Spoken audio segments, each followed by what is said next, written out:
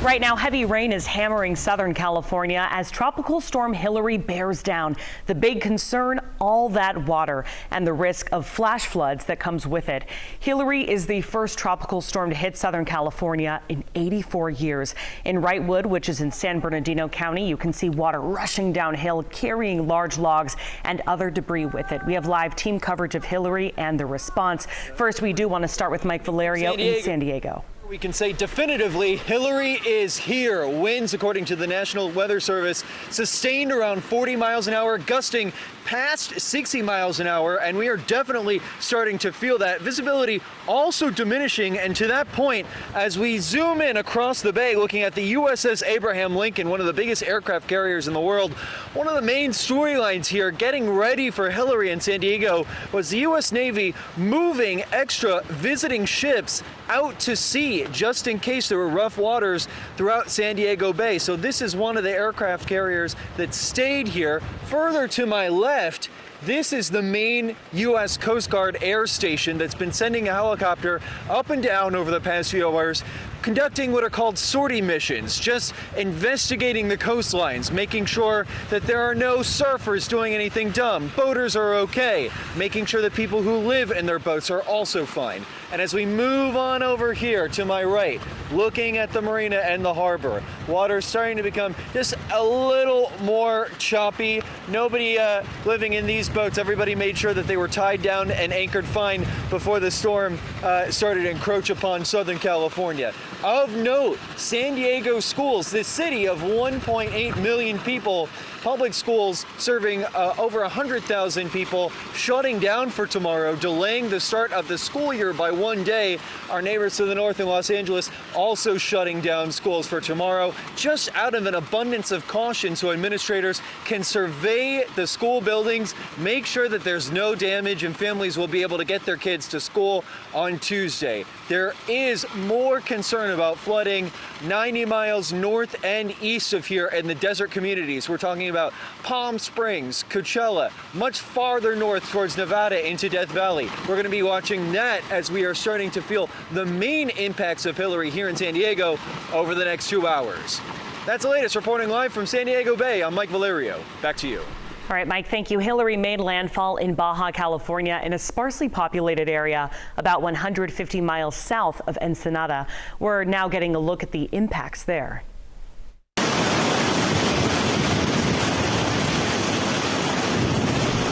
Just incredible video. You can see and hear the rush of that water and all the mud it's bringing with it. Roads turning into rivers in this area. These images give us an idea of the power of this storm.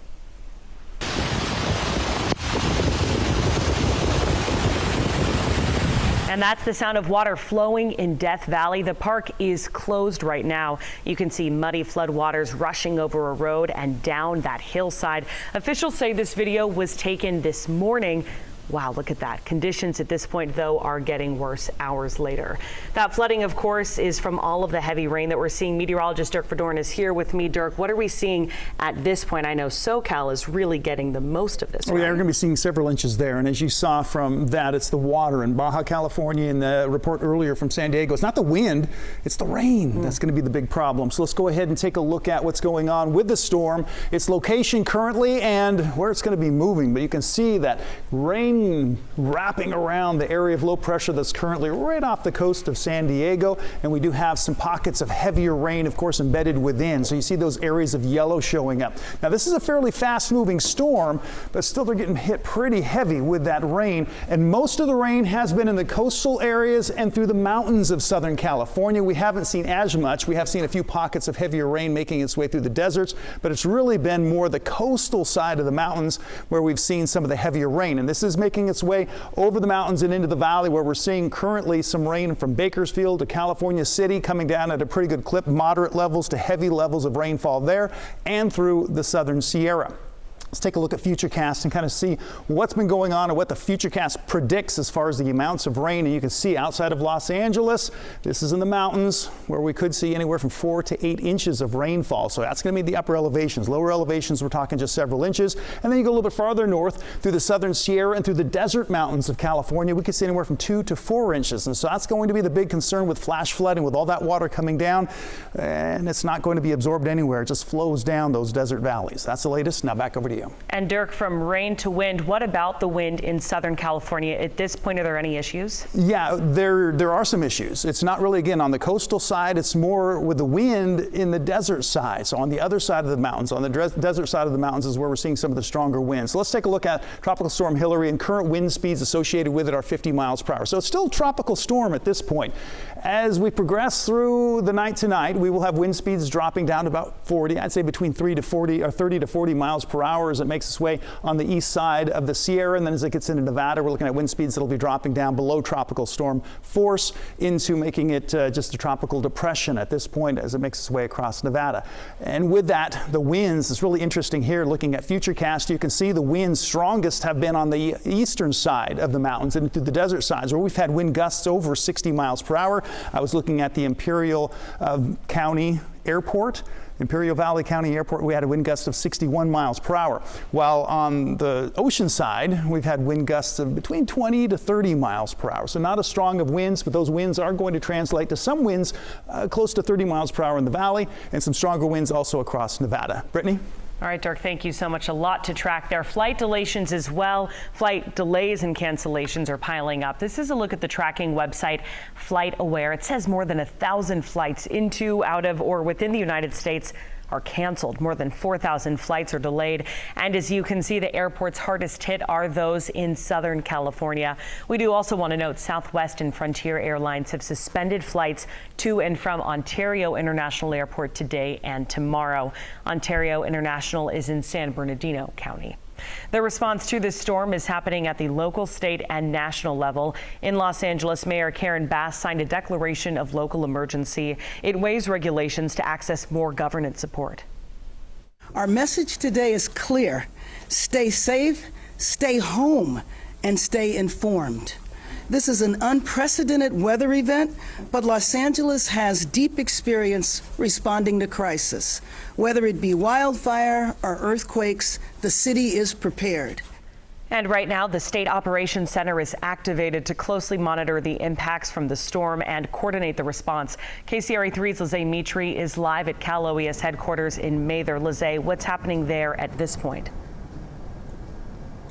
Brittany, it's all hands on deck here at the California Governor's Office of Emergency Services, or Cal OES. You can see we've got representatives from various state agencies all working together here at the State Operations Center. Looks like they're all gathered up for a meeting right now. Of course, in this center where they've got those big displays to keep an eye on the map that shows the path of that storm, the first tropical storm to hit Southern California in 84 years. In anticipation of all of this, Governor Gavin Newsom proclaimed a state of emergency yesterday to support that state response. The governor's office says more than 7,500 people have been mobilized, including the California National Guard, thousands of CHP officers and Caltrans workers out on the roads. And you can see crews in Palmdale had to clear mud from the roadway. With this heavy rainfall, the biggest concern is flooding. So swift water rescue teams have also been strategically positioned throughout Southern California in those areas that may be most at risk. We know at least one of those teams included people from our area, members from the South San Joaquin County Fire Authority, from the Lathrop Manteca Fire District and Manteca Fire Department headed out there. We saw them loading up yesterday. They were assigned originally to Kern County to respond as needed. Reporting live here from Cal OES headquarters, Lizzie Mitri, KCRA 3 News. Really cool to get that inside look of all the work that's happening across the state right here in Sacramento. Lizzie, thank you so much. Meanwhile, Governor Gavin Newsom made the rounds across Southern California as the storm approached. He met with tribal leaders from the Pechanga Band of Indians to offer support. This is a tribe based in Riverside County. The governor also visited a farm worker site to pass out protective gear and other materials. The governor's office says community call centers are in action across SoCal. They're responding to requests for help from farm workers and Spanish speakers. On the federal level, FEMA says it has officials inside Cal OES and teams on standby with food, water, and other help. So we know that this particular tropical storm is unprecedented for many generations of Californians, and we are anticipating substantial damage. They want to just make sure that we are positioned for whatever happens. It's not just California that is affected. Nevada's governor declared a state of emergency there to make sure additional resources are available if needed. 100 Nevada National Guardsmen are activated to southern parts of the state, and FEMA is on the ground. Here in Northern California, we will see some impacts from the storm, too. We want to bring back Dirk. Dirk, I know last night during our 10-11, we were getting incredible images from Sonora, Turlock, of all the lightning and the thunder that was there already last night. Yeah, and we could see more of that, especially as we make our way through the next day or possibly two, where we could see some thunderstorms, especially in the mountains is where we see the best chance for that. But here comes all the more moist air pushing up from the south, and we're seeing that rain picking up now and through the southern Sierra. We're also seeing some showers wrapping around and making its way over the coastal mountains. So Lake County getting some rain. Most of the lightning, though, kind of outside of the main bands here that are being pushed up, that stream of moisture coming up from the south. But let's take a closer look here through the Sierra. We're seeing that just to the south of Lake Tahoe through Alpine County and on into Mono County. Tuolumne County also getting a lot of rain as you make your way up the hill. So you're going to have to get up over about 5,000 to 6,000 feet and you start seeing that rain picking up. Also from Lake County, you're getting the extreme northern portions here. We're seeing some rain, also near Lakeport, some light rain. So what can we expect as far as rainfall amounts as we go through today, tomorrow? Again, not as much in the valley spots where we're looking at maybe a few hundredths up to a tenth or more in some spots. If you get a thunderstorm over you, like right here it's forecasting Modesto, we could see 2,100s in Placerville also. Again, if you get those good downpours, you could see over an inch in a brief period of time. Current temperatures ranging in the 80s and 90s, 90 degrees currently in Stockton. As we go through this evening, expect to have temperatures that will stay pretty warm through the overnight, with temperatures staying in the 70s all the way into 6 a.m. tomorrow morning, Brittany. All right, Dirk, thank you. We are tracking Hilary right now on air and online. You can follow the storm and its impacts right now on your KCRA 3 app. Make sure to turn on your alerts to get breaking news updates as they come in.